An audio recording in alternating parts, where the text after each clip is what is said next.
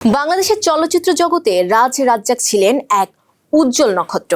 তার অভিনয় জীবন প্রায় 5 দশক ধরে চলেছে, যা বাংলা সিনেমার স্বর্ণযুগের অন্যতম পরিচায়ক। শুধু নায়ক হিসেবে নয়, তিনি ছিলেন পরিচালক, প্রযোজক ও সাংস্কৃতিক আইকন, যার কাজ আজও দর্শকদের মনে অম্লান।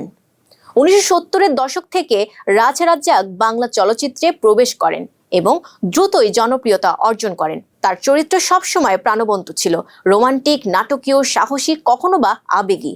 বাংলা চলচ্চিত্রে প্রেম, সামাজিক গল্প, যুদ্ধ, মনস্তাত্ত্বিক নাটক, সব ধরনের চরিত্রে তিনি নিজস্ব ছাপ রেখেছেন। রাজ রাজ্জাকের অভিনয়ের বিশেষ বৈশিষ্ট্য ছিল তার চোখের ভাষা, সংলাপের প্রাঞ্চল্যতা এবং চরিত্রের বাস্তবতার ছোঁয়া। এক কথায়, দর্শক শুধু তার অভিনয় দেখত না, বরং অনুভব করত। তার সিনেমা যেমন সামাজিক বার্তা বহন করত, তেমনি বিনোদনও দিত। অভিনয়ের পাশাপাশি তিনি বহু চলচ্চিত্র পরিচালনা ও প্রযোজনা করেছেন। তার উল্লেখযোগ্য চলচ্চিত্রগুলোর মধ্যে রয়েছে সত্যেন্বেষী, নাগরিক, অপরাজিতা, প্রেমময়ী, যা বাংলা চলচ্চিত্রের ইতিহাসে গুরুত্বপূর্ণ স্থান অধিকার করেছে। রাজ রাজ্জাক বাংলা চলচ্চিত্রকে শুধু জনপ্রিয়তা দেয়নি, বরং আন্তর্জাতিক স্তরেও তাকে স্বীকৃতি দিয়েছে।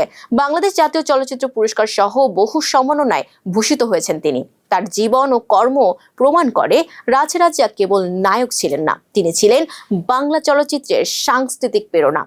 তার অভিনয়, দৃষ্টিভঙ্গি ও পরিশ্রম আজও নতুন প্রজন্মের শিল্পী ও দর্শকদের জন্য শিক্ষণীয় ও অনুপ্রেরণার উৎস।